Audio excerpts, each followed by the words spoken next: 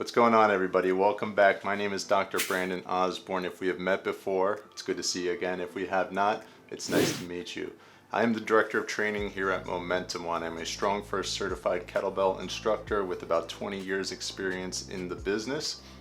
And what I've been doing over the course of the last couple of weeks is looking over some of the technique and programming that some of your favorite mixed martial arts and jiu-jitsu superstars utilize in their strength training, and I break it down for you, letting you know what I like, letting you know what I don't like, letting you know what I would change so you can take those strategies and implement them for your strength training gains.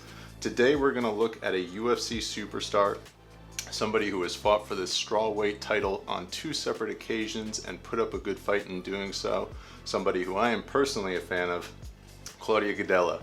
Gadelha?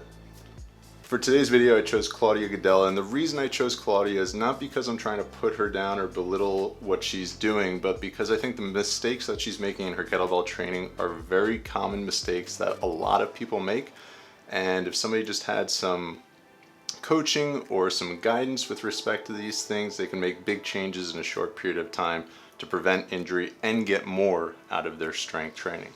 So with that being said, we're going to dive into this video. It's a series of clips from her Instagram. If you don't follow her on Instagram, give her a follow. And yeah, let's dive into it and take a look at Claudia training with some kettlebells.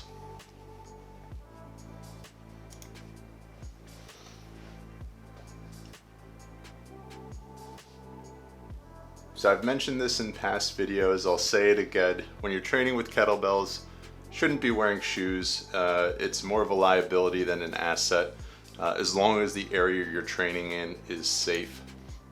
Claudia is obviously very stylish, but at the expense of performance, let's get rid of the shoes. So she's starting with some very basic movements. This video is going quickly, so I'm going to pause it here. First thing she did was a bent over row, which is a great exercise for grip strength and hypertrophy of the biceps and lat muscles. It's a good exercise to include in your strength training routine. Her technique looked really good. I've got no issues with what she's doing there. Second thing she was doing was just a straight barbell deadlift, and it looked like it was in the UFC Performance Institute, which is awesome that they have access to train in those facilities, all the UFC stars and non-stars alike.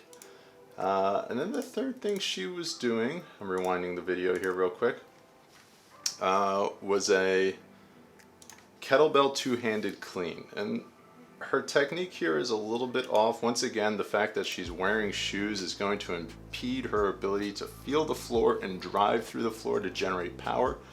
So she's almost doing like a little bit of like a hop while she's pulling that kettlebell into the front rack position.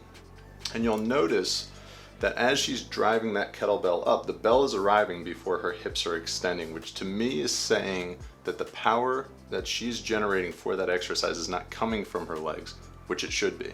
So you want to drive those heels into the ground to generate powerful extension, to pull that bell up into the front rack. That bell should almost float up there. Your arms really shouldn't be doing anything. It's all in the legs. So that would be a piece of technique that I would provide to her if I was coaching her to try to help her get more out of the exercise. All right, moving on from there. So it looks like we're in Claudia's garage now. She's got the bends in the background. She's doing some deadlifts with a weight vest here. I like that. It's kind of like a way to add some extra resistance or a different element to the exercise.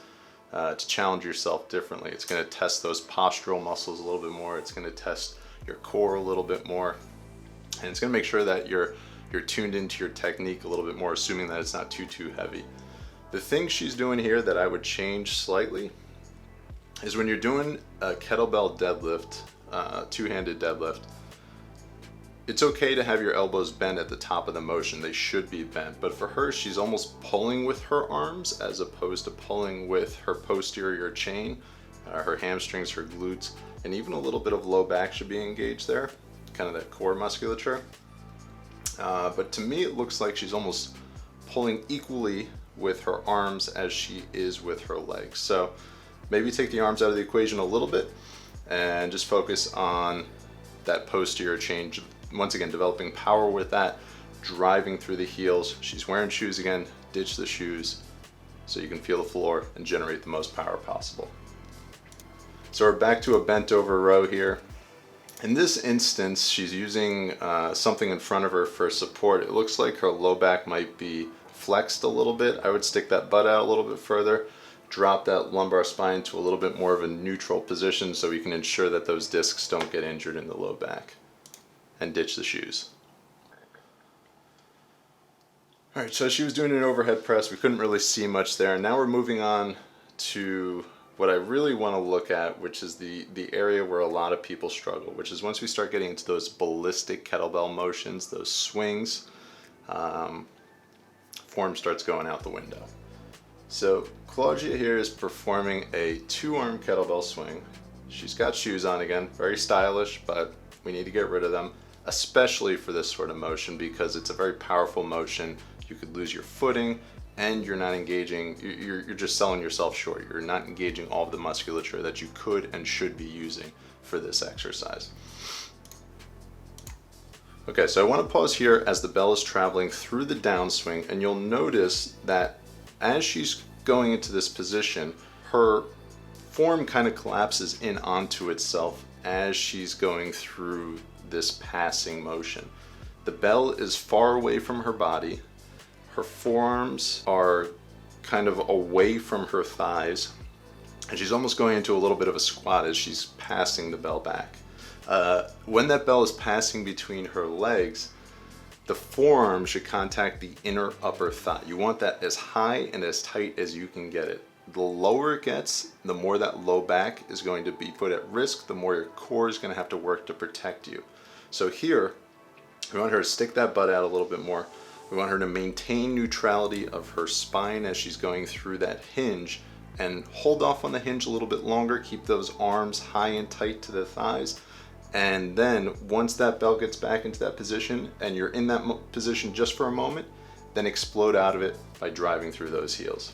Because of that lack of technique on the backswing, you're noticing that when she's going into the upswing, her arms are pulling the kettlebell, and you know that because her hips aren't extended, but the kettlebell is out in front of her.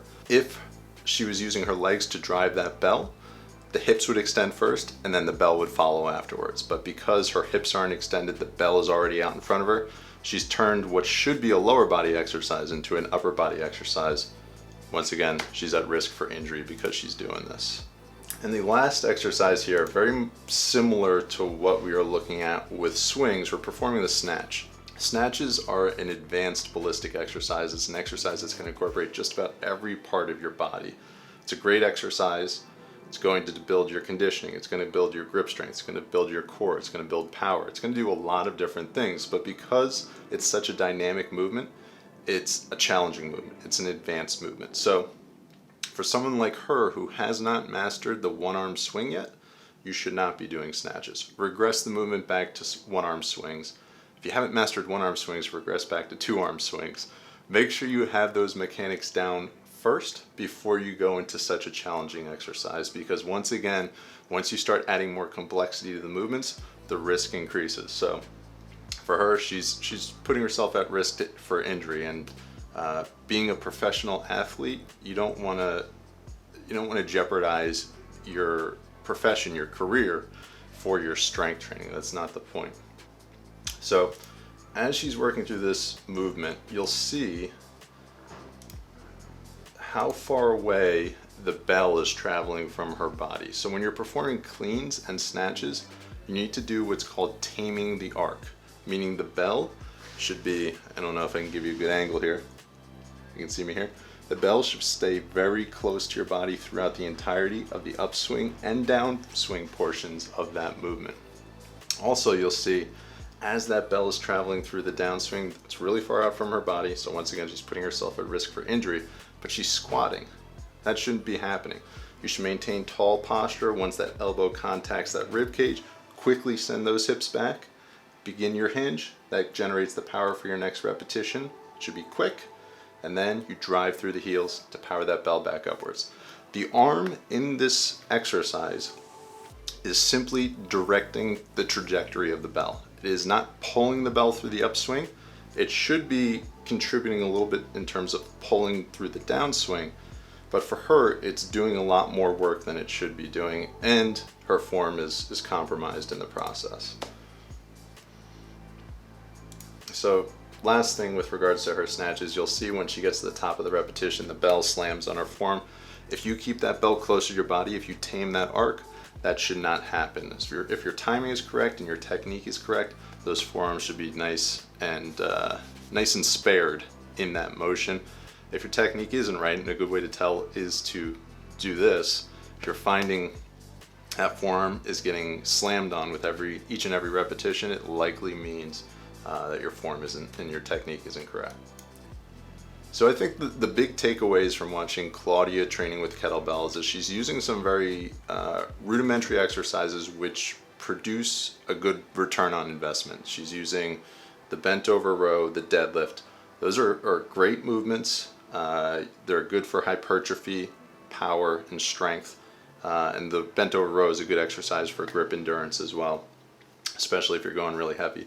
But those more advanced exercises, you shouldn't be venturing into that realm unless you are proficient with technique. So once again, we're talking about things like snatches, one-arm swings.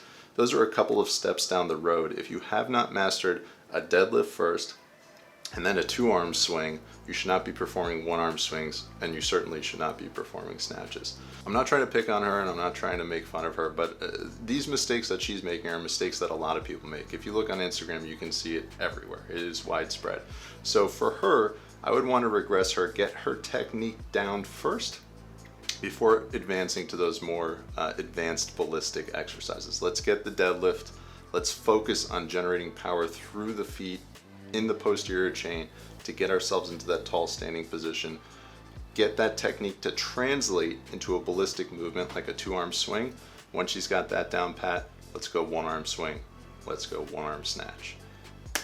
Guys, I hope you've enjoyed this video. I hope you've found value in all this. As I always say, if you want more kettlebell technique, more kettlebell content for jiu-jitsu, for mixed martial arts, be sure to check out momentumwod.com. We have a free 7-day trial. We have a premium library with, I think, 70 kettlebell exercises at this point where you can break down technique, look at your technique, compare it, learn, and get better so you can facilitate your jiu-jitsu, your MMA performance. This is Dr. Brandon Osborne, momentumwod.com. I will see you all next time. Thank you for joining me.